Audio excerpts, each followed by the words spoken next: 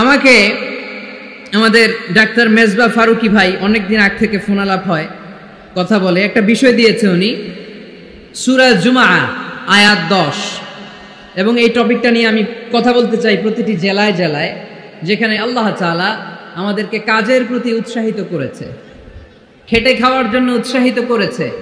আমরা বসে বসে খেতে চাই না, আমরা কারো বোঝা হতে চাই না, আমরা নিজের পায়ে দাঁড়াতে চাই। যুবক ভাইরা রাজি আছো? কার পায়ে দাঁড়াবা? তো এতদিন কার পায়ে দাঁড়াইছো? নিজের পায়ে দাঁড়ানো মানে স্বাবলম্বী হওয়া। কি হওয়া?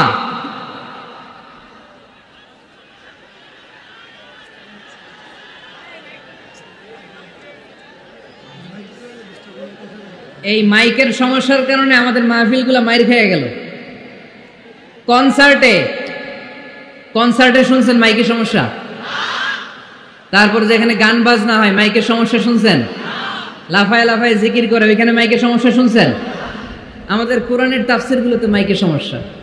এগুলো করো না, আগে থেকে ঠিক রাখো। আর এখন তো মৌসুমের শুরু, তুমি 3-4 মাস সার্ভিস দেওয়ার পরে মার্চ এপ্রিলে এরকম হইলে হইতে পারে, ঠিক কিনা?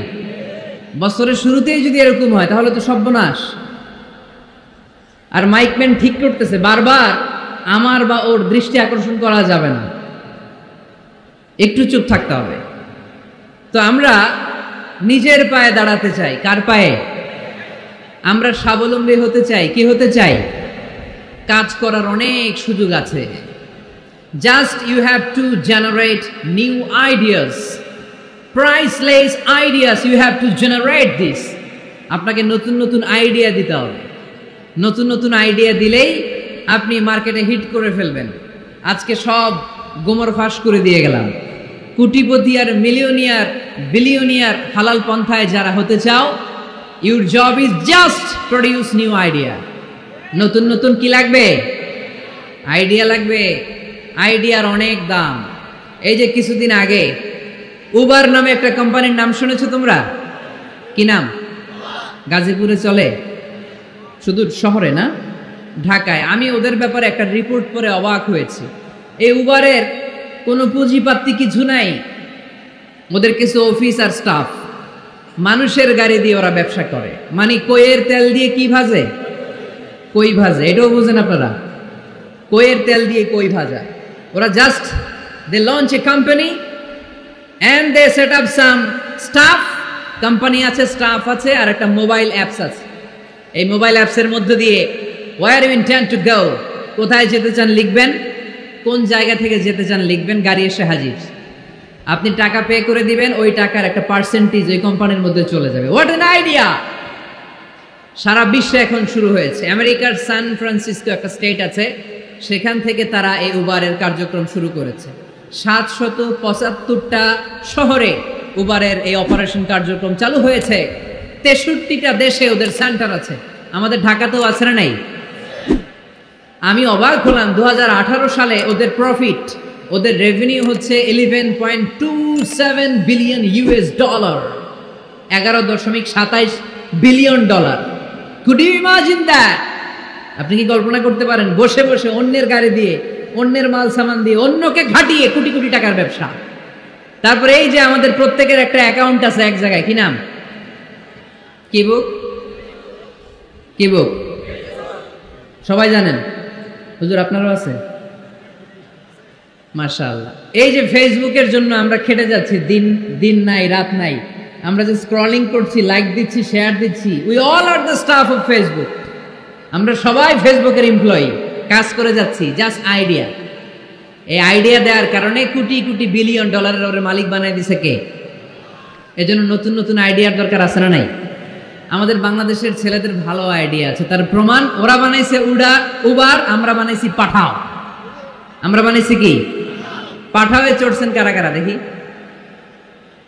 ওরে আল্লাহ, all are the smart guys, মাশাআল্লাহ, হাত নামান। পাঠাও তো উবারের চেয়ে আরো দুর্দান্ত আইডিয়া। প্রাইভেট কার যেতে পারে না জ্যামের মাঝখানে, কিন্তু পাঠাও হচ্ছে মোটরসাইকেল রাইড, চিপাচাপা দিয়ে চলে যায়। আছে না নাই? তো এরপরে নতুন কি আসবে, এই দায়িত্বটা তোমার মাথা থেকে বের করতে হবে। এই এন্টারপ্রেনারশিপ, নতুন করে উদ্যোগী হতে হবে। এই ভাইয়ের মতো বিলিয়নিয়ার হতে চাও, মিলিয়নিয়ার হতে চাও, you have to generate new ideas. নতুন নতুন আইডিয়াই তোমাকে হালাল পন্থায় বিলিয়নিয়ার বানাতে পারে, ঠিক কিনা? আত-তাজিরা সাদুক আল-আমিন মা'আন নাবিয়্যিন ওয়াস সিদ্দীকিন ওয়াশ শুহাদাই ওয়াস সালিহিন। আমানতদার সত্যবাদী ব্যবসায়ী কিয়ামতের দিন নবীদের সাথে, শাহীদদের সাথে, সিদ্দীকিনদের সাথে, সৎ কর্মশীল ব্যক্তিদের সাথে দাঁড়িয়ে যাবে। চিৎকার করে পড়েন সুবহানাল্লাহ। এই জন্য নতুন নতুন যত আইডিয়া আছে এগুলো আমাদের মাথা থেকে বের করতে হবে, তাহলেই আমাদের ব্যবসায় বরকত দিবে কে? সম্মানিত সুধী, তাই বলছিলাম আমরা নিজের পায়ে দাঁড়াতে চাই, আমরা কিছু করে দেখাতে চাই, আমরা স্বাবলম্বী হতে চাই, পরিশ্রম করতে হবে। পরিশ্রমের কোনো বিকল্প নেই। There is no alternative way to struggle. Struggle তোমাকে করতেই হবে। কেউ তোমাকে তোমার জন্য স্পেস তৈরি করে দিবে না। এই পৃথিবীতে কেউ কাউকে জায়গা দেয় না, এই পৃথিবীতে এসে জায়গা করে নিতে হয়। চিৎকার দিয়ে বলো ঠিক কিনা? হুঙ্কার দিয়ে পৃথিবীবাসীকে জানিয়ে দিতে হয় আমি এসেছি। মায়ের পেট থেকে যখন আমরা বেরোই আমরা কি বলি? ওয়াও ওয়াও বলে নিজের অস্তিত্বের জানান দেই যে আমি এসেছি, এই পৃথিবীতে আমি জায়গা করে নিতে এসেছি। Life is not a bed of roses. এই পৃথিবী ফুলের বিছানো সজ্জা নয়। এখানে কষ্ট করতে হবে, পরিশ্রম করতে হবে, ঘাম ঝরাতে হবে। পরিশ্রমের ঘামে যে লোনা পানি থাকে, ওই লোনা পানিতে জন্ম নেয় সফলতার বীজ। এজন্য পরিশ্রম করতে হবে। সব নবীরা পরিশ্রমী ছিলেন, সব নবীরা কাজ করেছেন। সূরা জুমার এই 10 নম্বর আয়াতে আল্লাহ তাআলা আমাদেরকে মোটিভেট করে শিখাতে চেয়েছেন যে স্বাবলম্বী হও, নিজের পায়ে দাঁড়াও, কাজের সময়ে কাজ, নামাজের সময়ে নামাজ। আজকে এই স্লোগানটা এই মাহফিলের শুরুতে, মাঝখানে, শেষে বারবার বলে আমরা মুখস্থ করে নিয়ে যাব। কাজের সময়, সবাই বলেন নাই তো? সবাই বললে তো এই প্যান্ডেল কাঁপতে শুরু করবে। কাজের সময় এইভাবে আওয়াজ করতে হবে, পারা যাবে? নামাজের সময়, কাজের সময়, নামাজের সময়, সিনেমা দেখার সময় দেখা যাবে না? কাজের সময়, নামাজের সময়, এটা মনে থাকবে? মুখস্থ করা যাবে তো? আল্লাহ রাব্বুল ইজ্জা সূরাতুল জুমার 10 নম্বর আয়াতে মূলত আমাদেরকে এই মেসেজটাই দিতে চেয়েছেন। কাজের সময় কাজ, নামাজের সময়। ফাইদা কুদিয়াতিস সালাতু ফান্তাশিরু ফিল আরদি ওয়াবতাগু মিন ফাদলিল্লাহ ওয়াযকুরুল্লাহা কাসীরান লাআল্লাকুম তুফলিহুন। সুবহানাল্লাহ পড়েন। আল্লাহ বললেন যখন তোমাদের নামাজ শেষ হয়ে যায়, ফাইদা কুদিয়াতিস সালাতু, যখন সালাত শেষ হয়ে যায়, ফান্তাশিরু ফিল আরদি, জমিনে ছড়িয়ে পড়ো, ওয়াবতাগু মিন ফাদলিল্লাহ, আল্লাহর দেয়া ফজল তালাশ করো, রিজিক তালাশ করো, ওয়াযকুরুল্লাহা কাসীরান, আল্লাহর জিকির বেশি বেশি করো, লাআল্লাকুম তুফলিহুন, তোমাদেরকে সফল বানায়া দিবে কে? সিস্টেমটা খেয়াল করেন। ফাইদা কুদিয়াতিস সালাত, যখন সালাত শেষ, ফান্তাশিরু ফিল আরদ, when you are done with your salah, spread out to your workplace, তোমার কাজের জায়গায় চলে যাও। নাকি মসজিদে বসে থাকবেন? নামাজ শেষে কি করতে হবে? কাজের জায়গায় চলে যেতে হবে। এটা ইসলামের নিয়ম, এটা বিশ্বনবীর সুন্নাহ, এটা আল্লাহর দেয়া পদ্ধতি। ফাইদা কুদিয়াতিস সালাতু, যখন সালাত শেষ হয়ে যাবে, ফান্তাশিরু ফিল আরদ, জমিনে ছড়িয়ে পড়ো, ওয়াবতাগু মিন ফাদলিল্লাহ, আল্লাহর রিজিক তালাশ করো। জমিনের মধ্যে আল্লাহর ফাদাল আছে, রিজিক আছে, এই রিজিকগুলো তালাশ করো। মসজিদে বসে থাকলে এই ফদল বা রিজিক কি পাওয়া যাবে? যাবে না। মসজিদে ঢুকলে রহমত পাওয়া যায়। গাজীপুরের ভাইয়ের আওয়াজ তুলে বলেন, মসজিদে ঢুকলে কি পাওয়া যায়? এজন্য মসজিদে যখন আমরা ঢুকি, কোন পা দিয়ে ঢুকি? ডান পা দিয়ে ঢুকেই আমরা বলি আল্লাহুম্মা ফতাহলি আবওয়াবা রাহমাতিক, O Allah, open for us the door of your mercy. আল্লাহ আমাদের জন্য আপনার সব রহমতের দরজাগুলো খুলে দেন। কারণ মসজিদে ঢুকলে রহমত দেয় কে? আর মসজিদ থেকে যখন বের হই তখন রহমত নয়, তখন পাওয়া যায় ফদল। যে ফদলের কথা আল্লাহ ইয়াতে বললেন, ওয়াবতাগু মিন ফাদলিল্লাহ, এই ফদল মানে হচ্ছে রিজিক। তাই মসজিদ থেকে যখন বেরোই কোন পা দিয়ে বেরোই? আর কি দোয়া পড়ি? আওয়াজ করে বলেন, আল্লাহুম্মা ইন্নী আসআলুকা মিন ফাদলিক, মানে হে আল্লাহ, আমি আপনার কাছে আপনার ফদল চাই, রিজিক চাই। দুনিয়ার কেউ রিজিক দিতে পারে না, রিজিক দিতে পারে কে? এই রিজিক আমি আপনার কাছে চাই। আবার আল্লাহ বলেন, হুয়াল্লাযী জাআলা লাকুমুল আরদা যালুলান ফামশু ফি মানাকিবিহা ওয়া কুলু মির রিজকি ওয়া ইলাইহিন নুশুর। তিনি তো এমন সত্তা যিনি তোমাদের জন্য জমিনটারে বানিয়েছেন সাহালাতুল মাসালিক, সহজে হাঁটা যায়, চলা যায়, চারা বীজ রোপণ করা যায়, চাষাবাদ করা যায়। আল্লাহ বললেন, জমিনের আনাচে কানাচে ঘুরে বেড়াও, জমিনের মধ্যে তোমাদের জন্য রিজিক রেখে দিয়েছে কে? এই জমিনের সব জায়গায় রিজিক আছে। আপনি জমিনের পাহাড়ে যাবেন, পাহাড়েও রিজিক আছে। জানেন পাহাড়ে কি চাষ হয়? হ্যাঁ, জুম চাষ হয়। বাংলাদেশের পাহাড়ে জুম চাষ হয়, আর মালয়েশিয়ার পাহাড়গুলোতে সব চাষ হয়। মালয়েশিয়া একটা জায়গা আছে ক্যামেরুন হাইল্যান্ড, ভাই গেছিলেন নাকি? ৬,০০০ ফিট উপরে, ঠান্ডা, প্রচন্ড ঠান্ডা। আমি প্রায় যাই, ওখানকার চা বাগানের স্নিগ্ধ হাওয়া আমাকে টানে খুব, বাতাসটা খুবই ক্লিন, ভাল লাগে। ওই ক্যামেরুন হাইল্যান্ডে ৬,০০০ ফিট উপরে ওরা করেছে ফুলের বাগান, ফলের বাগান, চায়ের বাগান, স্ট্রবেরির বাগান, মধুর চাষ করে। আর এই ৬,০০০ ফিট উপরে এই ভেজিটেবলস আইটেমগুলো দিয়ে তারা পুরো মালয়েশিয়ার খাদ্যদ্রব্যের যত সংকট, সব সংকট তারা দূরীভূত করেছে। সুবহানাল্লাহ পড়েন। তো ওনারা পাহাড়ের উপর চাষ করে, আর আমরা সমতল জায়গায় চাষ করতে চাই না। চাষাবাদ করতে আমাদের লজ্জা লাগে। কি লাগে? যুবক ভাইয়েরা, কাজে কোনো লজ্জা নেই। কাজে কি নেই? পরিশ্রমে লজ্জা নেই। লজ্জা হচ্ছে অলসতায়, লজ্জা হচ্ছে অকর্মণ্যতায়। আমরা কাজ করে খেতে চাই, পরিশ্রম করে খেতে চাই। রাজি আছো সবাই? এখন অনেকে রুফ গার্ডেনিং করে। রুফ গার্ডেনিং মানে ছাদের, বাসার ছাদের উপরে কি সুন্দর পেঁপে গাছ, আম গাছ। আমি নিজে দেখেছি, নিজেরা খায়, আশেপাশের প্রতিবেশীদের সবাইকে দেয়, বাজারে বিক্রিও করে। নিউ আইডিয়া, রুফ গার্ডেনিং করো। তারপরে একসাথে হাঁসের চাষ হয়, পানিতে হাঁসগুলো ভেসে বেড়ায়, আর নিচে মাছের চাষ হয়। এরকম অনেক যুবক আছে যারা এগুলো করে করে স্বাবলম্বী হয়েছে। আমরা এগুলো করতে চাই না, আমাদের লজ্জা লাগে।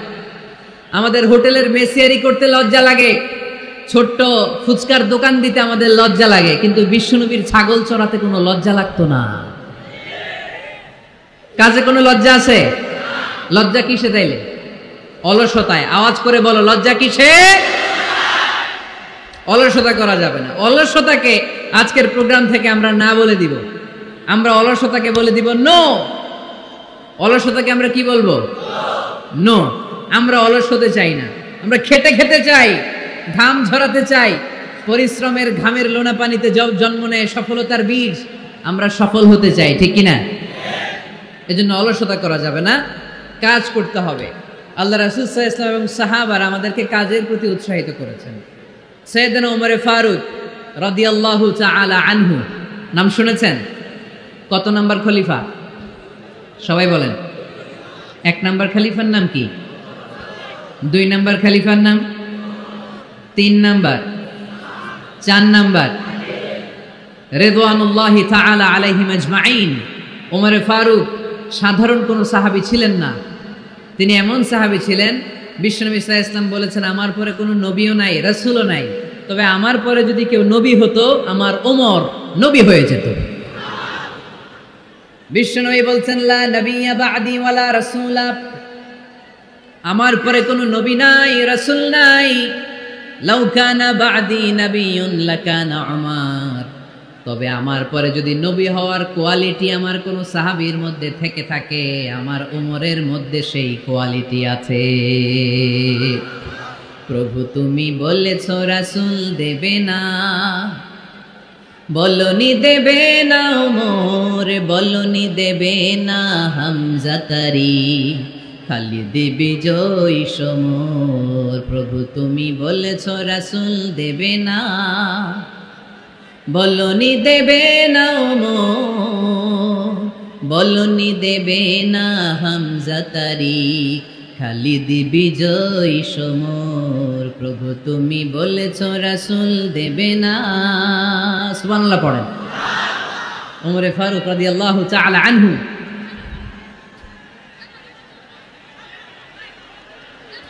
ভাইজান দোয়া করে দিই, কষ্ট হচ্ছে অনেক। শেষ করে দিব, আলোচনা শেষ করে দিব। আর কয়েক মিনিট শুনবেন শুনবেন শুনবেন তো বারবার এরকম আওয়াজ করলে কি শোনা যাবে? এই ছেলেরা, এই অডিও শোনো না তোমরা? অডিওতে চেহারা দেখা যায় নাকি? বসো, তোমরা অডিও শুনবে, এরা ভিডিও দেখবে। বসো, আওয়াজ নাই। আমি শুরুতেই বলেছি কানগুলো খরগোশের মতো খাড়া করে শুনো। অডিও রেকর্ডের মধ্যে কি চেহারা দেখা যায়? এখানে যারা দেখতে পান ওই দিকে তাকা, ওই যে ওখানে প্রজেক্টর আছে, আওয়াজ করা যাবে। আলোচনার মাঝখানে বক্তাকে এত ডিস্টার্ব করলে বক্তা তার আলোচনার ফ্লো হারিয়ে ফেলে। সে কি বলছিল এটা সে ভুলে যায়। সে মাথার মধ্যে কি কি পয়েন্টস, কি কি মেসেজগুলো শেয়ার করার জন্য সে আগাচ্ছিল এটা সে ভুলে যায়। এজন্য আর কয়েক মিনিট কথা বলবো, আর কষ্ট দিব না আপনাদেরকে, একটু চুপ থাকবেন। দ্বিতীয় খলিফার নাম কি ছিল? সবাই বলেন কি নাম? সাইয়েদনা ওমর ফারুক রাদিয়াল্লাহু তাআলা আনহু। ওনারে মুনাফিকরা খুব ভয় পেত। কারা? মুনাফিক চিনেন তো? ভিতরে এক বাইরে আরেক, তার নাম? সবাই বলেন ভিতরে এক বাইরে আরেক, তার নাম মুনাফিক। ইউযহিরু খিলাফা মা ইউবতিন, আরবিতে কি বলে? ইউযহিরু খিলাফা মা ইউবতিন, প্রকাশ করে একটা, ভিতরে আরেকটা। ভিতরে এক বাইরে আরেক, তার নাম? সবাই বলেন ভিতরে এক বাইরে আরেক, তার নাম? আমরা কি মুনাফিক হতে চাই? এরা যখন যে সুবিধাজনক অবস্থানে থাকে তখন তার সাথে থাকে। ডান দিকে যে বলে আপনি ভালো, আমি আপনার দলের লোক। বায়ে যে বলে আরে না এটা খারাপ, আপনি ভালো, আমি আপনার দলের লোক। এরকম আছে না নাই? যখন যে ক্ষমতায় তখন তারে তেল মারে। যেদিকে বৃষ্টি আর তুফান ওইদিকে ছাতা ধরে। আছে না নাই? বাংলাদেশে একটা গান চলছিল কিছুদিন, শুনতাম, মধু হই হই বিষ হাবাইলা। সূরাতুল মুনাফিকুনের তাফসীর বোঝানোর জন্য এটা আমার জন্য খুব সহজ ছিল। মধু হই হই বিষ হাবাইলা। বলে মধু, বলে কি? বাটির মধ্যে নিয়ে আসছে, বলে এটা মধু, বলে কি? আসলে এটা কি? জোরে বলেন। আমরা কি মুনাফিক হতে চাই? না। আমরা কি হতে চাই? মুনাফিকরা হচ্ছে এদিকেও যায় না আবার ওদিকেও যায় না। মুযাবযাবিন, they all the time long in dilemma, they don't know where to go, they don't know where to proceed, কোন দিকে যাবে জানে না, ডানেও না বায়েও না, নেহি এদার নেহি ওদার, দরমিয়ান মে সাদার বাদার। এরকম আছে না? উপর দিয়া ফিটফাট, ভিতর দিয়া সদরঘাট এখনো ফিটফাট হয় নাই। তো মুনাফিকের অবস্থা হচ্ছে উপরে ফিটফাট, ভিতরে সদরঘাট। আমরা কি মুনাফিক হতে চাই? কি হতে চাই? মুমিন হতে চাই। এই মুনাফিকের দলগুলো মদিনাতুল মুনাওয়ারাতে ওমরে ফারুককে খুব ভয় পেত। ওমরে ফারুককে দেখলে তারা থারথার করে কাঁপতো। শুধু মুনাফিকরাই নয়, খোদ ইবলিস শয়তানও সাইয়েদনা ওমরে ফারুককে দেখলে ভয় পেত। আমরা আমাদের ছেলে মেয়েদেরকে যদি খাবার না খায় আমরা কি বলি? আম্মু খাবার খাও। কি আসবে? ভূত আসবে, বিড়াল আসবে, বাঘ আসবে। এগুলো গাজীপুরে বলে না বোধহয়।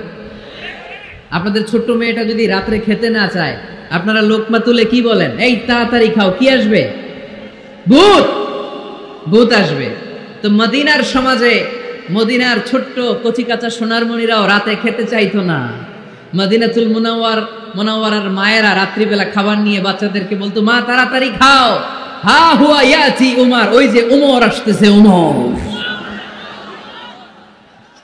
ইসলামের দ্বিতীয় খলিফা। আশাদ্দুহুম ফি আমরিল্লাহি উমর, আল্লাহর জমিনে আল্লাহর দ্বীন বাস্তবায়নের জন্য সবচেয়ে শক্তিশালী ছিল ওমর। চিল্লায় পড়েন সুবহানাল্লাহ। এই ওমরে ফারুক রাদিয়াল্লাহু তাআলা আনহু যে রাস্তা দিয়ে হাঁটতো, শয়তান ওই রাস্তা রেখে দিয়ে অন্য রাস্তা দিয়ে হাঁটতো। মা সালাকা শাইতানু ফাজ্জান সালিকান ইল্লা সালাকা ফাজ্জান গায়রা ফাজ্জিক। বিষ্ণু বলতেন, ওমর, শয়তান তোমারে দেখে এত ভয় পায়, তুমি যে রাস্তা দিয়ে হাঁটো শয়তান তোমার দেখলে ওই রাস্তা রেখে দিয়ে অন্য রাস্তা দিয়ে হাঁটে, চিল্লায় পড়েন সুবহানাল্লাহ। ওমরে ফারুক মসজিদে নববীর ইমাম, মসজিদে নববীর কি ইমাম। আপনারা শুনতেছেন? এই ছেলেরা বসে যাও, বসে যাও, বসে যাও, বসে যাও। সাইয়েদনা ওমরে ফারুক মসজিদে নববীর ইমাম। এদিকে তাকান, আমার দিকে তাকান, আমার দিকে তাকান। উনি প্রত্যেক নামাজের ইমামতি করতে আসতেন মসজিদে নববীতে। জোহরের নামাজে ইমামতি করলেন, ইমামতি করে দেখলেন নামাজ শেষ, সবাই বের হয়ে চলে যায়। এটাই ইসলামের নিয়ম, ঠিক কিনা? ফাইদা কুদিয়াতিস সালাতু ফান্তাশিরু ফিল আরদ ওয়াবতাগু মিন ফাদলিল্লাহ।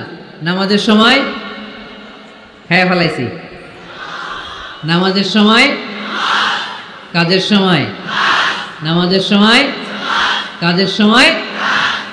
ফাইদা কুদিয়াতিস সালাহ, যখন নামাজ শেষ হয়, ফান্তাশিরু ফিল আরদ, জমিনে ছড়িয়ে পড়ো। এটা ইসলামের আইন। তার মানে আল্লাহ বোঝাতে চাইলেন নামাজের সময় মসজিদে চলে যাও। নামাজ যখন শেষ হয়ে যাবে, শিক্ষক চলে যাবে স্কুলে, কৃষক চলে যাবে ফসল খেতে, মেম্বার অব দ্য পার্লামেন্ট চলে যাবে সংসদ ভবনে, ব্যবসায়ীরা চলে যাবে শপিং মলে, ঠিক কিনা? কাজে চলে যাও। ওমরে ফারুক নামাজের ইমামতি করিয়ে নামাজ শেষ করলেন, সবাই চলে গেল। ইয়ামান দেশ থেকে আসা কিছু লোক গোল হয়ে বসে আছে, জিকির আজকার করে, ইবাদত করে। এরা যায় না। এরা কি করে না? যায় না। আসরের নামাজে সাইয়েদনা ওমরে ফারুক রাদিয়াল্লাহু তাআলা আনহু নামাজের ইমামতি করলেন। নামাজ শেষ, সবাই চলে যায়, এরা যায় না। মাগরিবের নামাজের পরেও এরা যায় না। এশার সালাতের পরেও এরা যায় না। এশার পরে উনি ধরলেন, মা বালাকুম মা খাতবুকুম, হোয়াটস রং উইথ ইউ ম্যান? তোমাদের কি সমস্যা? জোহর, আসর, মাগরিব, এশা প্রত্যেক সালাতের পরে সবাই যার যার কাজে চলে যায়, তোমরা যে যাও না? বাড়ি কই? বলি ইয়ামান। তো বসে থাকো কেন? কি করো? কই জিকির করি। কি করি? কি করি? জিকির আজকার করি, তাসবিহ তাহলিল পড়ি, ইবাদত করি। তো তোমরা যে যাও না, তোমাদের খাবার দেয় কে? খাবারের ব্যবস্থা হয় কোত্থেকে? তারা বলল, আমাদের জিকির দেখে, আমাদের বুজুর্গি দেখে আশেপাশের লোকেরা পাতিল ভরে খাবার নিয়ে আসে, ওই খাবার আমরা খাই। নাহনু আল মুতাওয়াক্কিলুনা আলাল্লাহ, আমরা আল্লাহর উপর তাওয়াক্কুল করে এখানে বসে থাকি। উমরে ফারুক বললেন, সর্বনাশ, তোমরা যদি মুতাওয়াক্কিলুনা আলাল্লাহ হও তাহলে কেমনে হবে? তোমরা তো মুতাওয়াক্কিলুনা আলাল্লাহ নাও, তোমরা হচ্ছে আল মুতাওয়াক্কিলুন বা'দুকুম আলা বা'দ, আল্লাহর উপর তাওয়াক্কুলকারী নয়। তোমরা যারা পাতিলের মধ্যে করে খাবার নিয়ে আসে তাদের উপর তাওয়াক্কুল করে বসে আছো, ঠিক কিনা? তোমাদের জিকিরও চলে, আবার মাথায় টেনশনও চলে, পাতিল কি ছোট আসবে না বড় আসবে, খাবারে আমার ভাগেরটা থাকবে কি থাকবে না, টেনশন আছে না নাই? কারণ অন্যের উপর নির্ভরশীল, নিজেরা রান্না করে নাই, নিজে তো বাজার করে নাই, নিজের তো অ্যারেঞ্জমেন্ট বলতে কিছু নাই, আরেকজন যা দিয়ে যাবে ওইটা খাবে। উমরে ফারুক বুঝালেন, আরে বোকা, এটারে তাওয়াক্কুল বলে না। তোমার সাধ্যে যতটুকু আছে তার সবটুকুন করার পরে তুমি তাওয়াক্কুল করবে একজনের উপর, তিনি কে? এক সাহাবী বললেন, ইয়া রাসূলুল্লাহ, ইয়া হাবিবাল্লাহ সাল্লাল্লাহু আলাইহি ওয়াসাল্লাম, আমি অনেক দূর থেকে সফর করে এসেছি, এই যে আমার ওটের রশিটা, এটা ছেড়ে দিয়ে যদি আমি ঘুমিয়ে যাই, আল্লাহর উপর তাওয়াক্কুল করি, আমার ওটটা বসে থাকবে নাকি? বিষ্ণু বললেন, না, এটারে তাওয়াক্কুল বলে না। ওটের রশি রেখে দিয়ে ঘুমাইলে তোমার ওট দৌড় দিবে। আকিলহা সুম্মা তাওয়াক্কাল আলাল্লাহ, ওটের রশিটা আগে দড়ি দিয়ে ভালো করে গাছের সাথে বাঁধো, তারপরে তাওয়াক্কুল করবো একজনের উপর, তিনি কে? আগে বাঁধতে হবে, তারপরে তাওয়াক্কুল। আগে কাজ করতে হবে, তারপরে তাওয়াক্কুল। এক লোক বড় হুজুরের কাছে দোয়া চাইছে, হুজুর আপনি দোয়া করবেন আল্লাহ যেন আমার একটা ছেলে সন্তান দেয়। কি দেয়? কথা বুঝে নাই বোধহয়। কি দেয়? ছেলে সন্তান দেয়। তো হুজুর অনেক দোয়া করে দিছে, বড় হুজুর, আল্লাহ তারে তুমি ছেলে সন্তান দিও। তো ছেলে সন্তান হয় নাই। তারপরের বছর এসে আবার হাজির, হুজুর একটু দোয়া করেন আমার জন্য আল্লাহ একটা ছেলে সন্তান দেয়। হুজুর আবার দোয়া করলেন, কিন্তু ছেলে আর হয় নাই। পরের বছর এসে আবার হাজির, হুজুর একটু দোয়া করেন। কি দোয়া করবো বাপ? বলে হুজুর দোয়া করেন আল্লাহ যেন আমার একটা ছেলে সন্তান দেয়। হুজুর আবার দোয়া করলেন। এর পরের বছর এসে আবার হাজির, কয় হুজুর ছেলে সন্তান। হুজুরকে ঘটনা কি, ঘটনা কি, এর সন্তান হয় না কেন? বললো বাবা তুমি কি বিয়ে করছো? কয় না।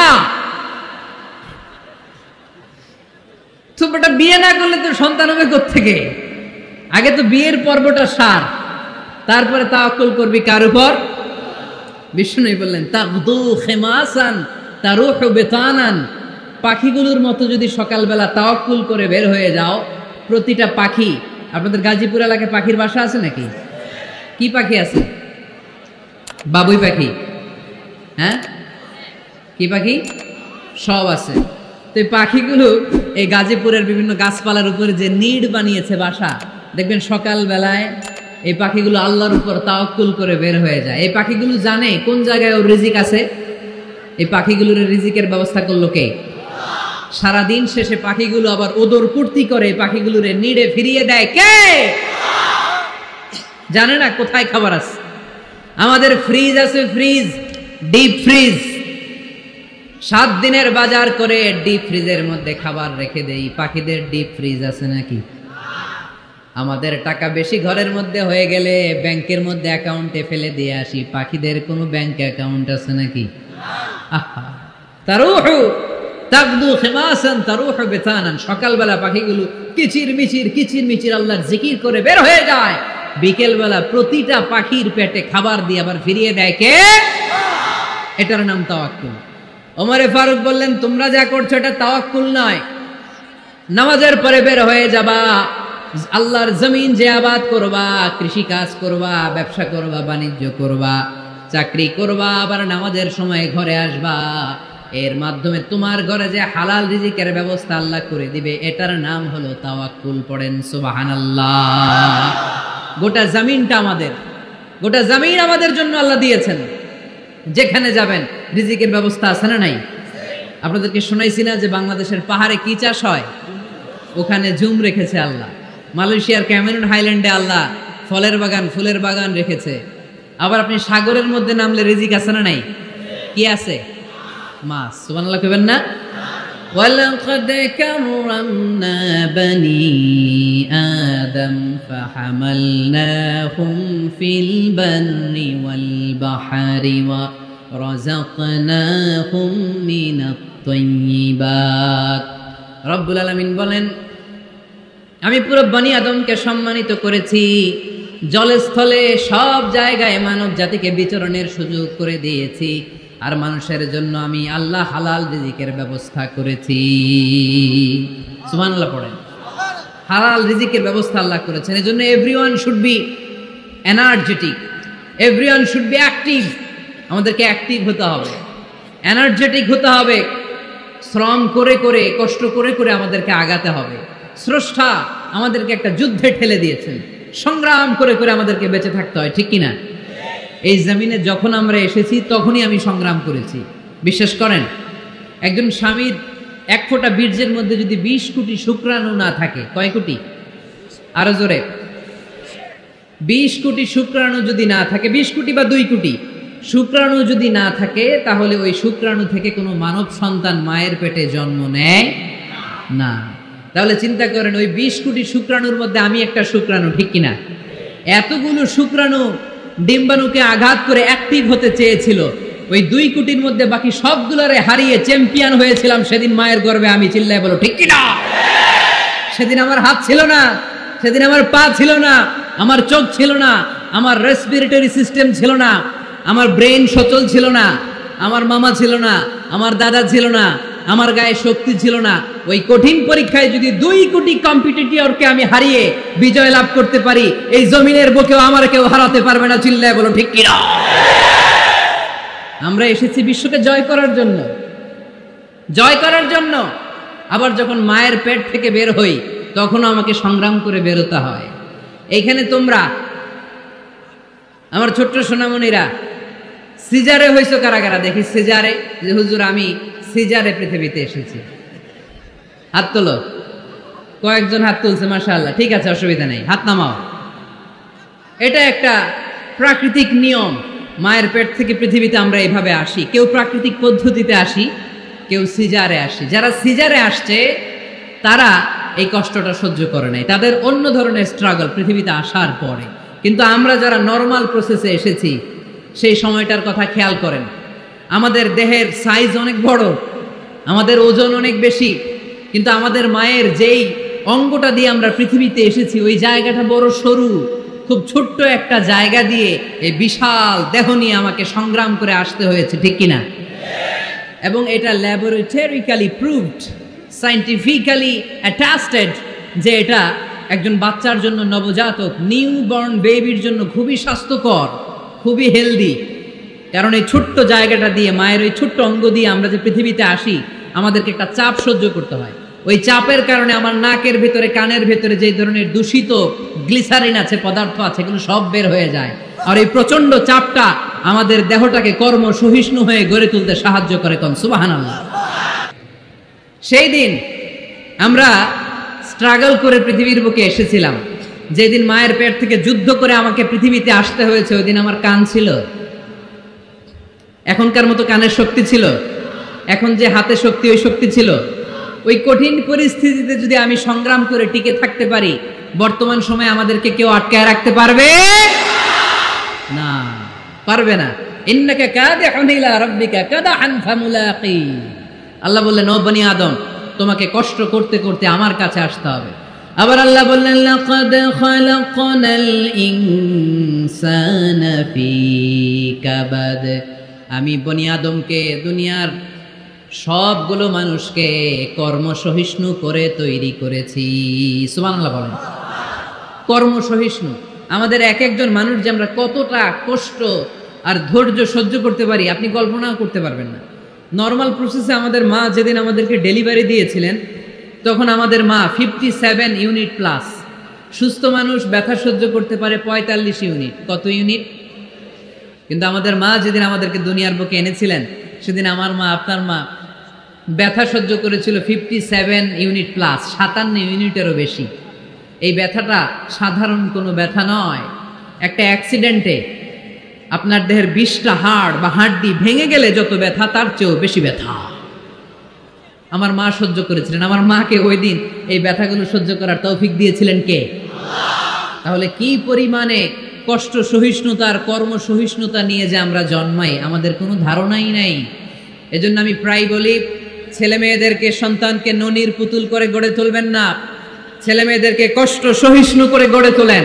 প্রতিকূল পরিবেশে কি করে নিজের অস্তিত্ব জানান দিতে হয়, এমন করে আমরা আমাদের মুসলমান সন্তানদেরকে গড়ে তুলবো। চিল্লায় বলেন ঠিক কিনা? আমরা বলছিলাম কাজের সময়, আরো জোরে বলতে হবে, কাজের সময়, নামাজের সময়, আর ভরসা করতে হবে একজনের উপর, তিনি কে? কাজে কোনো লজ্জা আছে? লজ্জা কিসে? অলসতায়। আমরা অলস হতে চাই না। রসুল বাত্তালে দুঃখানু শয়তান, অলস মস্তিষ্ক শয়তানের আড্ডাখানা।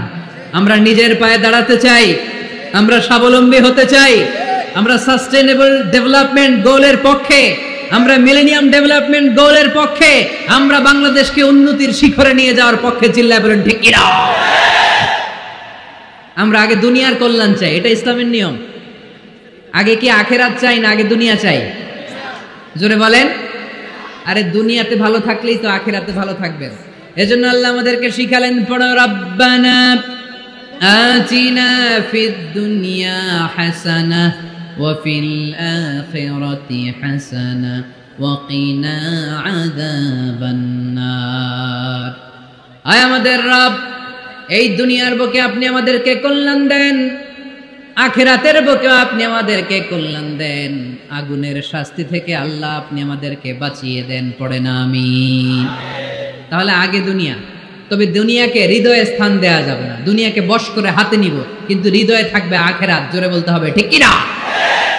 নিজ হাতে উপার্জিত সম্পদের চেয়ে শ্রেষ্ঠ কোনো সম্পদ আর হতে পারে না। আমার দিনমজুর ভাইয়েরা, কুলি মজুর ভাইয়েরা, রিক্সাওয়ালা ভাইয়েরা, ফ্যাক্টরি ওয়ার্কার যারা, আপনারা আল্লাহর কাছে অনেক সম্মানিত। আপনাদের উপার্জন হালাল। আপনাদের এক পা এমনি জান্নাতে ঢুকে আছে। এখন শুধু এক পা ঢুকাইলে চলবে? পা কয়টা? আরেকটা ঢুকানোর দরকার আছে না? নেই?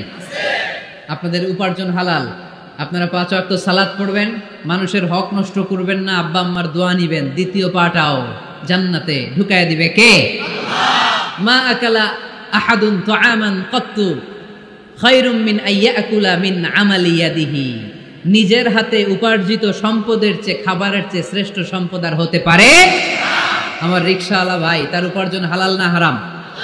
আমার কুলি মজুর ভাই, উপার্জন হালাল না হারাম? মাথার ঘাম পায়ে ফেলে ফ্যাক্টরি ওয়ার্কাররা যে বেতনটা পায়, এটা হালাল না হারাম? তাদের দোয়াকে কবুল করে নিবে কে? এজন্য যুবক ভাইরা, never under estimate any job. কোন জবকে, কোন চাকরিকে ছোট করে দেখার সুযোগ নাই, কারণ আমার উপার্জন হালাল হলেই ওই হালাল উপার্জনে বরকত দিবে কে?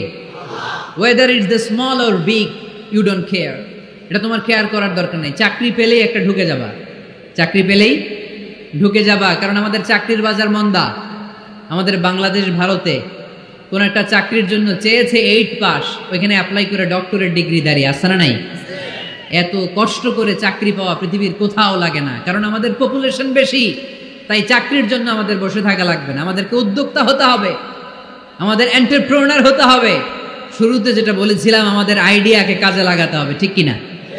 আর যাই করব আমরা ভালোভাবে করব। ভালোভাবে করলে ওই কাজে বরকত দেয় কে? ভালোভাবে করার জন্য আল্লাহ তাআলা সূরাতুল মুলকে আমাদেরকে গাইডলাইন দিয়েছেন। রব্বুল আলামিন বলেন, আল্লাযী খালাকাল মাউতা ওয়াল হায়াতা লিয়াবলুয়াকুম আইয়ুকুম আহসানু আমালা। তিনি এমন সত্তা যিনি তোমাদের তৈরি করেছেন, জীবন আর মৃত্যুকে তৈরি করেছেন এই জিনিসটা পরীক্ষা করবার জন্য, তোমাদের মধ্য থেকে কে ভালোভাবে কাজ করে। সুবহানাল্লাহ। কে বেশি আমল করে, আল্লাহ এটা বলছে, নাকি কে ভালো আমল করে? কথা কি বুঝতেছেন? যদি বেশি আমল করার কথা আল্লাহ বলতো, তাহলে এই আয়াতটা হতো লিয়াবলুয়াকুম আইয়ুকুম আকসারু আমালা। কিন্তু আল্লাহ কি এই আয়াতে আকসারু আমালা বলেছে? আলেম যারা আছেন তারা আমার সাথে সাথে বলেন, আল্লাহ কি আকসারু আমালা বলেছে? আল্লাহ কি বলেছে? লিয়াবলুয়াকুম আইয়ুকুম আহসানু আমালা। কে ভালো করে কাজ করে, উইথ প্রফেশনালিজম। আপনি যেটাই করেন না কেন, আপনাকে প্রফেশনালিজমের সাথে করতে হবে, তাহলে ওই কাজে বরকত দিবে কে? ছোট হোক বড় হোক, এটা কোনো সমস্যা? যাই করি না কেন কিভাবে করব? ভালোভাবে। আওয়াজ করে বলেন, কিভাবে করব? যে কোনো কাজ করো না ভাই, যে কোনো কাজ করো, তা যেন হয় সবার চেয়ে সবচেয়ে সুন্দর। যে কোনো কাজ করো না ভাই, যে কোনো কাজ করো, তা যেন হয় সবার চেয়ে সবচেয়ে সুন্দর। হোক না সেটা পড়া লেখা, রঙের ভাষায় ছবি আঁকা। হোক না সেটা পড়া লেখা, রঙের ভাষায় ছবি আঁকা। হোক না সেটা সামান্য কাজ কিংবা মহত্তর, তা যেন হয় সবার চেয়ে সবচেয়ে সুন্দর। যে কোনো কাজ করো না ভাই, যে কোনো কাজ করো, তা যেন হয় সবার চেয়ে সবচেয়ে সুন্দর। চিৎকার করে বলতে হবে, ঠিক কিনা? যাই করি না কেন সেটা যেন সবচেয়ে সুন্দর হয়। You have to make the best out of you, you have to try you level best. তোমার সাধ্যের যতটুকু আছে তার সবটুকু করতে হবে, বাকি বরকত তার কল্যাণ আমাদেরকে দান করবে কে? বিষ্ণু ঈসা ইসলাম কখনো অলসতাকে উৎসাহিত করেন নাই, ভিক্ষাবৃত্তিকে উৎসাহিত করেন নাই, তিনি পরিশ্রমকে অ্যাপ্রিশিয়েট করেছেন। এক সাহাবী রাদিয়াল্লাহু তাআলা আনহু এসে বললেন, ইয়া রাসূলুল্লাহ, আমাকে কিছু দান করেন, আ'তিনি শাইআন। বিষ্ণু বললেন, তুমি ভিক্ষা করো, তোমার ঘরে কিছু নাই? সাহাবী বললেন, লা ইয়া রাসূলুল্লাহ, কিছু নাই। বিষ্ণু ঈসা ইসলাম আবার প্রশ্ন করলেন, কিছুই নাই? সে বললেন, হ্যাঁ আছে। কি আছে? একটা জামা আছে, জামা, আর আছে একটা পানি খাওয়ার জগ। দুইটা জিনিস আছে, একটা কি আর একটা পানি খাওয়ার জগ। বিষ্ণু বললেন, দুইটা নিয়ে আস। সাহাবী রাদিয়াল্লাহু তাআলা আনহু জামার জগ নিয়ে এসে বিষ্ণু ঈসা ইসলামের হাতে দিলেন। বিষ্ণুনবী জামার জগটা ধরে বললেন, মাইয়াশতারি হাযাইন, কে আছো আমার সাহাবীদের মধ্যে এই দুইটা জিনিস কিনতে চাও? এক সাহাবী দাঁড়িয়ে বললেন, ইয়া রাসূলুল্লাহ, ইয়া হাবিবাল্লাহ, আনা আশতারি হিমা বিদিরহাম। এই দুইটা জিনিস, একটা জামা একটা পানি খাওয়ার জগ, আমি 1 দিরহাম দিয়ে কিনে নিতে চাই। পড়েন সুবহানাল্লাহ। বিশ্বনবী বললেন 1 দিরহাম তো কম হয়ে যায়, 1 দিরহামের চেয়ে বেশি দিয়ে কেনার মতো যদি কেউ থাকে একটু হাত তোলো। মাইয়াজিদু আলা যালিক, এর চেয়ে বেশি দাম দিয়ে কেনার মতো কেউ আছো নাকি? আরেক সাহাবী হাত তুলে বললেন, ইয়া রাসূলুল্লাহ, ইয়া হাবিবাল্লাহ, আশতারিহিমা বিদিরহামাইন, আমি 1 দিরহাম নয়, আপনার সম্মানে 2 দিরহাম দিয়ে জিনিসগুলো কিনে নিতে চাই। 2 দিরহাম। বিষ্ণুনবী বললেন, ওকে ফাইন, ডান, 2 দিরহামে বিক্রি হয়ে যাবে। দিয়ে দেওয়া হলো। 2 দিরহাম নিয়ে বিষ্ণু ঈসা ইসলাম ওই আগন্তুক ভিক্ষুক সাহাবীর হাতে দিয়ে বললেন, যাও 1 দিরহাম দিয়ে তোমার পরিবার পরিজনদের জন্য খাবার কিনে নিয়ে যাও, আর 1 দিরহাম দিয়ে একটা কুঠার কিনে নিয়ে আসো। কি কিনে নিয়ে আসো? সবাই বলেন। কুঠার চিনেন আপনারা? কুঠার দিয়ে কি করে? গাছ কাটে। ওই সাহাবী 1 দিরহাম দিয়ে একটা কুঠার কিনে নিয়ে আসলেন। বিশ্বনবী সাল্লাল্লাহু আলাইহি ওয়াসাল্লাম নিজ হাতে ওই কুঠারের একটা হাতল লাগাই দিলেন। সুবহানাল্লাহ পড়তে পারলেন না মজা করে? হাতল ছাড়া কুঠার ধরা যায়? ধরা যায় না। বিশ্বনবী কাঠের একটা হাতল লাগাই দিলেন। এই হাতলটা দিয়ে বিশ্বনবী বললেন, try to imagine the attitude of the last messenger Muhammad sallallahu. He changed the world for the better and made us better creature. তার নাম কি? কি নাম? He was Muhammad sallallahu alayhi wasallam.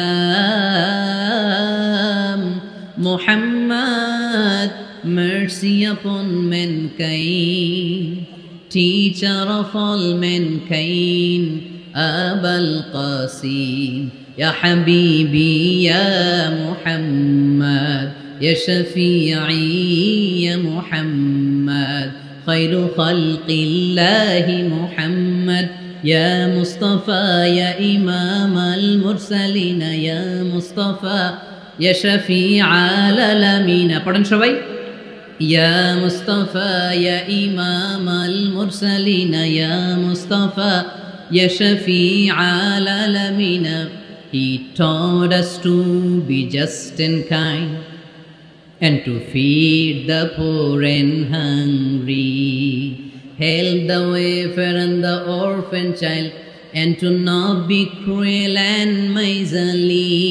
His speech was soft and gentle, like a mother stroking her child. His mercy and compassion were most radiant when his smile was Muhammad sallallahu alayhi wasallam.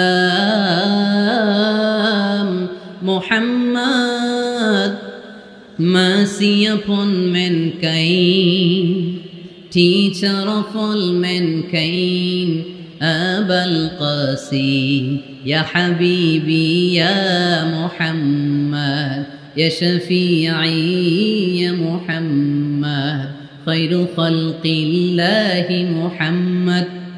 পড়েন সবাই। Ya Mustafa, Ya Imam al-Mursalin, Ya Mustafa, Ya Shafi'i al-Alamin, Ya Mustafa, Ya Imam al-Mursalin, Ya Mustafa, Ya Shafi'i al-Alamin, Muhammad. Subhanallah পড়েন।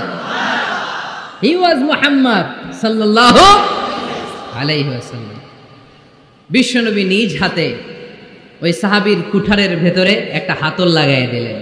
ঘটনা মনে আছে নাকি নাশিদ শুনে ভুলে গেছেন? ঘটনা মনে আছে সবার? তিনি হাতল লাগাই দিলেন আর বললেন, যাও, গায়ে শক্তি আছে, তাগড়া যুবক, এই কুঠার নিয়ে জঙ্গলে যাও, জঙ্গলে যে কাঠ কাটো, লাকড়ি বানাও, বাজারে যে বিক্রি করো। লা আইয়াহতাতিবা আহাদুকুম হাজমাতান ফি দাহরিহি খায়রুম মিন আইয়াসআলা আহাদান ফায়ুতিয়াহু আও ইয়ামনাহু।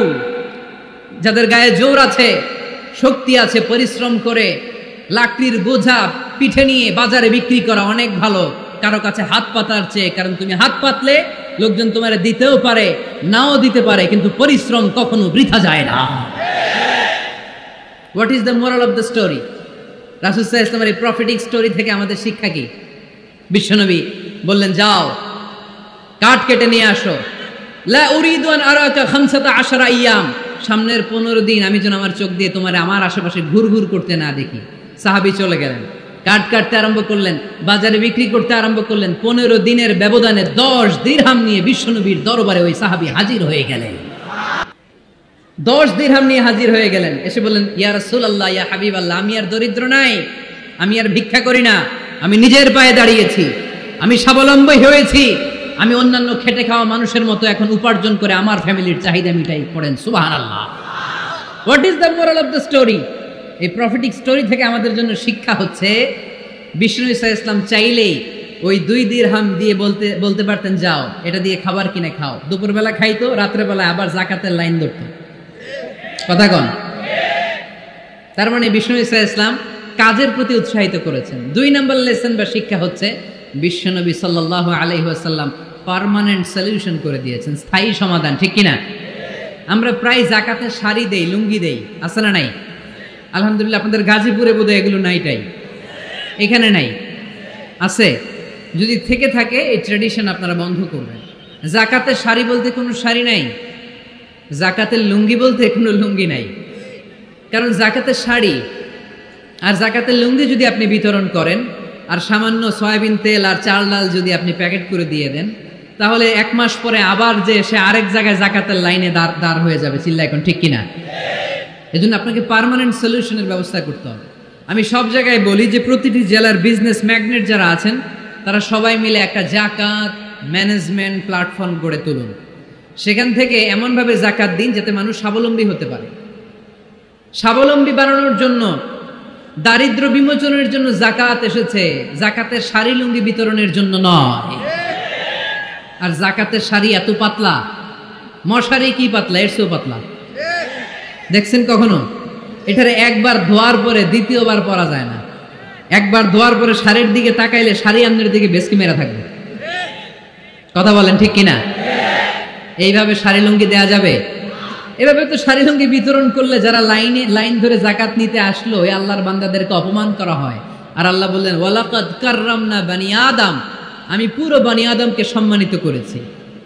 ফেরেশতার সম্মান বেশি না মানুষের? বুঝে শুনে বলেন, কার? তুমি মাটির আদমকে প্রথম সৃষ্টি করিয়া ঘোষণা করিয়া দিলে শ্রেষ্ঠ বলিয়া, তাই তো নূরের ফেরেশতা করে আদমকে সেজদা। সুবহানাল্লাহ পড়েন। তাই তো নূরের ফেরেশতা করে আদমকে সেজদা, সবার চেয়ে সম্মান দিলে মাটির আদমকে। পড়েন, আল্লাহু আল্লাহু তুমি জাল্লে জালালুহু, শেষ করা তো যায় না গে তোমার গুণগান। আল্লাহু আল্লাহু, সুবহানাল্লাহ পড়েন। আহা, মানুষের মর্যাদা সবচাইতে বেশি। এজন্য জাকাত যারা নিতে আসে তাদেরকে অপমান করা যাবে না। এর কারণ, জাকাত দিয়ে আপনি কোনো করুণা করেননি, বরং ওরা জাকাত নিয়ে আপনাকে এই ফরজ ইবাদত করার সুযোগ করে দিয়ে আপনার প্রতি করুণা করে গিয়েছে। আওয়াজ করে বলেন, ঠিক কি না? অনেকে মনে করে আমি জাকাত দিয়ে আমি মনে দয়া করছি, আমি মনে হয় করুণা করছি। আচ্ছা, যারা গরিব ওরা যদি জাকাত না নেয় ওর সমস্যা আছে? নিমুনা জাকাত। কিন্তু আমি যদি বলি দিমুনা, আমার খবর আছে না নাই? আমার জন্য দেয়া ফরজ, ওর জন্য নেয়া ফরজ না। তাই আমি দিয়ে করুণা করিনি, ও আমার কাছ থেকে জাকাত নিয়ে জাহান্নামের আগুন থেকে আমাকে বাঁচিয়ে ও আমাকে দয়া দেখিয়েছে।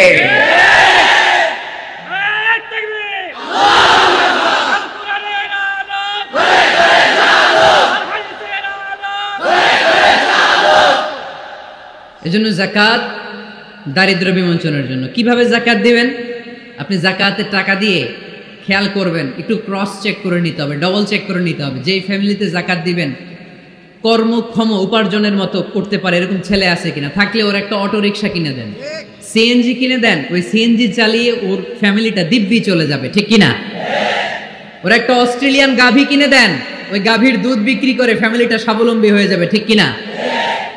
লক্ষ্মীপুরে আমি ওয়াজ করলাম, বললো হুজুর আমরা এভাবে একটা জাকাত ম্যানেজমেন্ট প্ল্যাটফর্ম গড়ে তুলেছি, এখানে আমরা টাকা জমিয়ে জমিয়ে আমাদের এলাকার যে সমস্ত ছেলেগুলো কর্মক্ষম, তাদের ঘরে টাকা পয়সা নাই, আমরা জাকাতের টাকা দিয়ে ওদেরকে প্রবাসী বানিয়ে দেই, বিদেশে পাঠিয়ে দেই।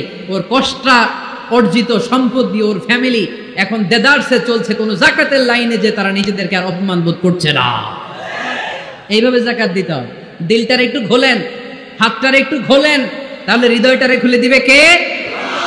দে যাকাত, দে যাকাত তোরা দে রে যাকাত, দে যাকাত, দে যাকাত তোরা দে রে যাকাত। তোর দিল খুলবে পরে, আগে খুলু খাত। দে যাকাত, দে যাকাত তোরা দে রে যাকাত। পড়েন আমিন। এই যাকাতের মাধ্যমে আমরা আমাদের বাংলাদেশকে স্বাবলম্বী করতে চাই। রাজি আছেন সবাই? সংঘবদ্ধ প্রচেষ্টায় যাকাত আদায় করতে রাজি আছেন? বিশ্বনবী সাল্লাল্লাহু আলাইহি ওয়াসাল্লাম চাইলেই 2 দিরহাম দিয়ে বিদায় করে দিতে পারতেন, কিন্তু বিশ্বনবী সাল্লাল্লাহু আলাইহি ওয়াসাল্লাম তাকে কাজের প্রতি উৎসাহিত করলেন, পার্মানেন্ট সলিউশন দিলেন। এর জন্য অলসতার সাথে ইসলামের কোনো সম্পর্ক আছে? আওয়াজ করে বলেন, অলসতার সাথে সম্পর্ক আছে? অলসতাকে যেন আজকে আমরা কি বলে দিছিলাম?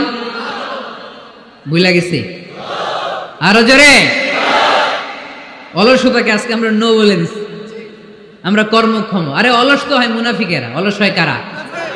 وَإِذَا قَامُوا إِلَى الصَّلَاةِ قَامُوا كُسَالَى يُرَاءُونَ النَّاسَ وَلَا يَذْكُرُونَ اللَّهَ إِلَّا قَلِيلًا।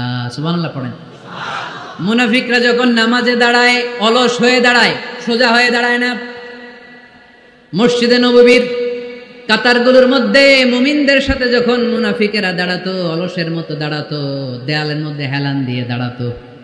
এরকম আছে না অনেকে? অলস। কিন্তু আমরা যারা মুমিন, আমরা নামাজে দাঁড়ালে কি আমাদের হৃদয়ে অলসতা আসে নাকি হৃদয়টা সজীব হয়ে ওঠে? আমাদের হৃদয়কে নামাজে দাঁড়ালে সজীব করে দেয় কে? ইয়াকিদু শাইতানু আলা কাফিয়াতি রাসি আহাদিকুম ইদা হুয়া নাম। আমরা যখন রাতে ঘুমোতে যাই, শয়তান আমাদের মাথার পিছনে অলসতার 3টা গিট মারে। কি মারে? এই যে রশি দিয়ে এরকম বাঁধে, যে এটার গাজীপুরে আপনারা কি বলেন? গিট্টু। হ্যাঁ, গিট্টু। আচ্ছা, তো শয়তান আমরা যখন ঘুমোতে যাই আমাদের মাথার পেছনে অলসতার 3টা গিট্টু মারে। আমরা যখন ঘুম থেকে উঠে ঘুম থেকে ওঠার দোয়া পড়ে আলহামদুলিল্লাহিল্লাযী আহইয়ানা বা'দা মা আমাতানা ওয়া ইলাইহিন নুশুর, আমরা ঘুমালে 3টা গিট্টু মেরে শয়তান একটা মন্ত্র পড়ে দেয়, আলাইসা লাইলুন তাওয়িলুন ফারকুদ। আরে ঘুমা, অনেক লম্বা রাত। আরে ঘুমা, অনেক লম্বা রাত। আরে আরামসে ঘুম মার, অনেক লম্বা রাত। এই মন্ত্র পড়ে 3টা গিট মারে। আমরা যখন ঘুম থেকে উঠে ঘুমের দোয়া পড়ে ফেলি, একটা গিট্টু খুলে দেয় কে? আবার ঘুম থেকে উঠে দোয়া পড়ার পরে ফাইদা তাওয়াদ্দা ইনহাল্লাত উকদা, ওয়াশরুমে ঢুকে ইস্তেনজা করে যখন আমরা ওযু করে ফেলি, অলসতার 2য় গিট্টু খুলে দেয় কে? ফাইন সাল্লাত ইনহাল্লাত উকদা, ওযু করার পরে মুসাল্লা বিছিয়ে যখন নামাজের জন্য দাঁড়িয়ে যায়, অলসতার 3 নাম্বার গিট্টুটাও খুলে দেয় কে? ফাসবাহা নাশীতান তাইয়িবান নাফস, he become enthusiastic, he become very active, he become very energetic.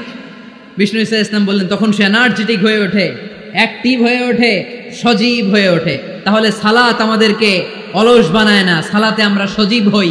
সালাতে অলস হয় যারা মুনাফিক, তারা চিল্লায় বলেন ঠিক কিনা? এজন্য বিষ্ণু বললেন কাজে লজ্জা নাই, আমি কাজ করে খাই। মা বাসাল্লাহু নাবিয়ান ইল্লা রাআল গনাম।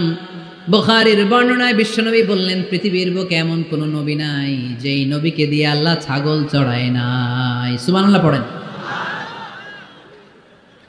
মা বাসাল্লাহু নাবিয়ান ইল্লা রাআল গনাম, ছাগল চড়ায় নাই এমন কোন নবী পৃথিবীতে আসে? সাহাবারা বললেন ইয়া রাসূলুল্লাহ, বলেন কি?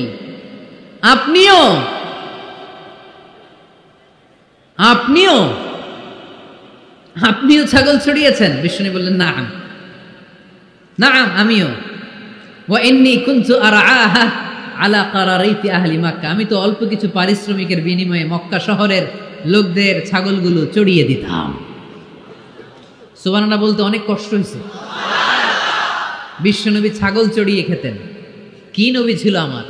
আহা, এত সুন্দর মানুষ, এত পরিচ্ছন্ন মানুষ, ছাগল চড়াতেন। অহংকার করতেন না, বিশ্বনবীর অহংকার ছিল না। সুবহানাল্লাহ পড়েন। শুধু কি বিশ্বনবী, সব নবীকে দিয়ে আল্লাহ ছাগল চড়িয়েছেন। কারণ ছাগল হচ্ছে খুব টেরা একটা প্রাণী, তাই না? ছাগল এত টেরা, ছাগলের গলার রশি ধরে যদি আপনি ডানে টান দেন, এটা কোন দিকে যাবে? বায়ে টান দিলে, সামনে টানলে, পিছনে টানলে পারা যায় কিছু? ভাবলেন সারা সপ্তাহ ব্যস্ত থাকি, আজকে আমার ছুটি, আমিও গোসল করি, এটারও গোসল করে। রশি ধরে আপনি পুকুরে নামাবেন, এটা ওর বাপের কিরা এমনি দাঁড়াবে, ঠিক কিনা? পুরো টেনে নামানো যায় না। এর কারণ ওর নাম কি? কথা কয় না। এজন্য আমরা বলি পাগলে কিনা কয়, ছাগলে কিনা খায়। ও বুঝে না তো, ওর ভালো চাইলে ও বুঝতে চায় না। আল্লাহ বুঝাতে চাইলেন, নবীরা ছাগল চড়াও, সবচেয়ে টেরা প্রাণী। ছাগল চড়ায় তোমাদেরকে ট্রেনিং পিরিয়ড শেষ করছি, কারণ এরপরেও ছাগলের চেয়ে আরেকটা টেরা প্রাণী আছে, মানব জাতি, এদেরকে চড়াইতে হবে। যদিও মানুষ আশরাফুল মাখলুকাত, কিন্তু মানুষের মধ্যে ছাগলের চেয়ে টেরা কিছু আছে না নাই? উলাইকা কাল আনআম বাল হুম আদাল, এরা ছাগল নয়, এগুলো ছাগলের চেয়েও নিকৃষ্ট। চিল্লায় বলেন ঠিক কিনা? কাজের সময়, নামাজের সময় কাজে কোনো লজ্জা নেই। মেহনতি মানুষদেরকে এত পছন্দ করতেন, বিদায় হজের ভাষণেও বাদ যায়নি মেহনতি মানুষদের কথা। তিনি বলেছেন, খবরদার খারাপ আচরণ করবে না, নিজেরা যা খাবে তাদেরও তা খাওয়াবে, নিজেরা যা পড়বে তাদেরকেও তা পড়াবে।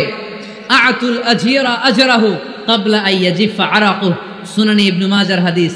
শ্রমিকের ঘাম শুকিয়ে যাওয়ার আগে তার পারিশ্রমিক দিয়ে দাও।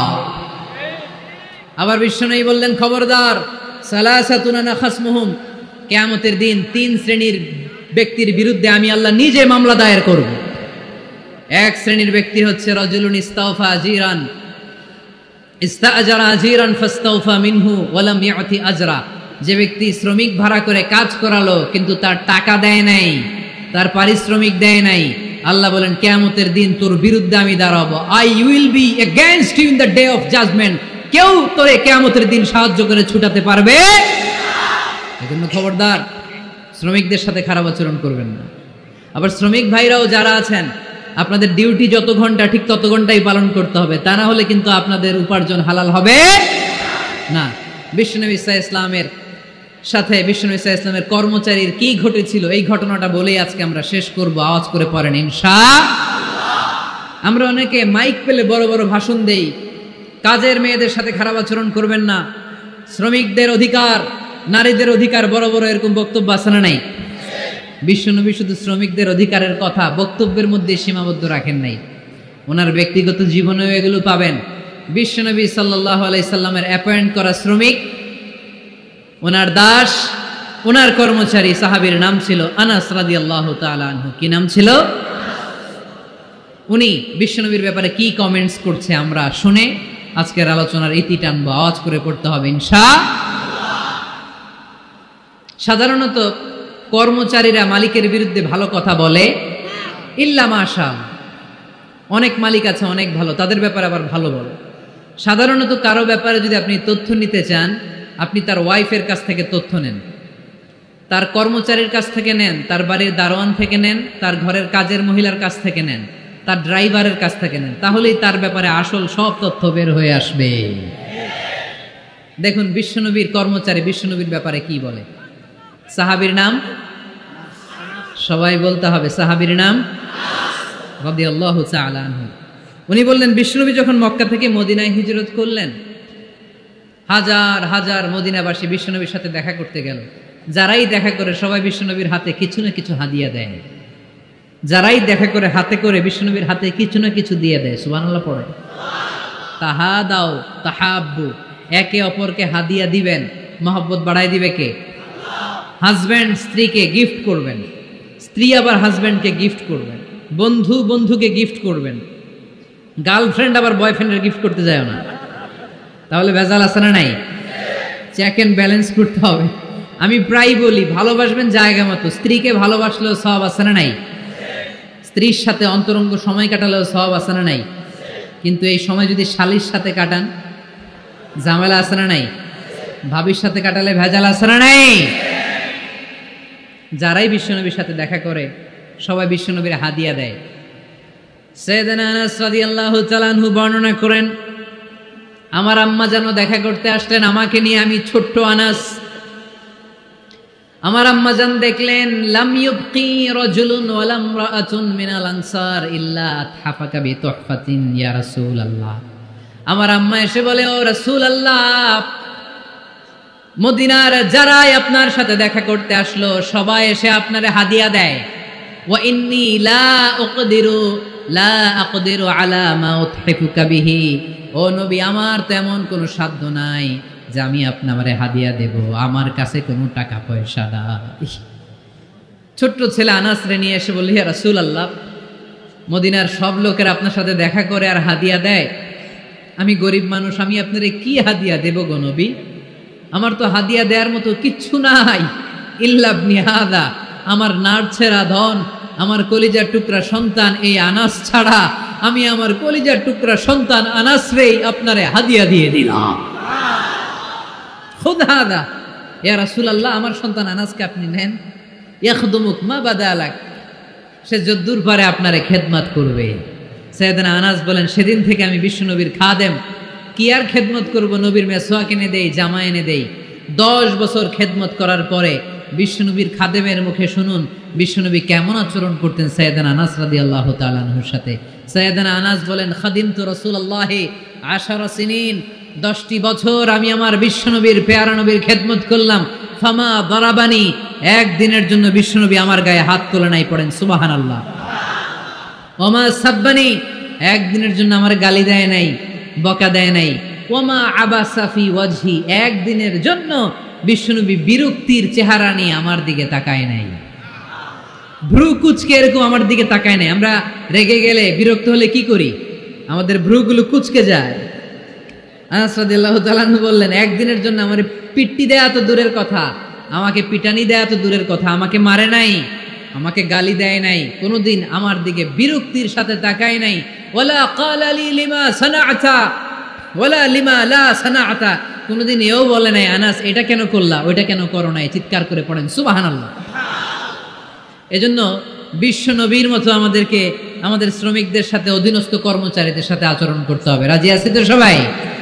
এতেকালের আগে বিশ্বনবী সাল্লাল্লাহু আলাইহি সাল্লাম 2টা কথা বললেন। কয়টা?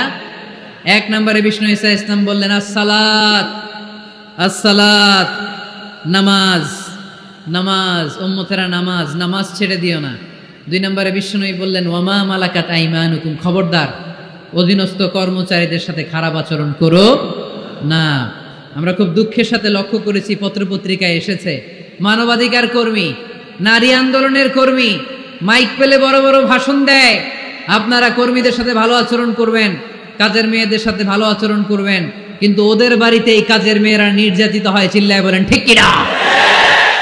আহা, পত্রিকার রিপোর্ট দেখে অবাক লাগে। খুন্তি দিয়ে চুলায় লোহা গরম করে পিঠে শেক মেরেছে, এরকম আছে না নাই? বিশ্বনবী সাল্লাল্লাহু আলাইহি সাল্লাম বলেছেন, খবরদার, কিয়ামতের দিন তাদের বিরুদ্ধে আল্লাহ মামলা দায়ের করবে। আমরা যেন কখনো আমাদের অধীনস্থ কর্মচারীদের সাথে খারাপ আচরণ না করি। আল্লাহ তুমি তৌফিক দাও, আমরা পড়ি আমিন।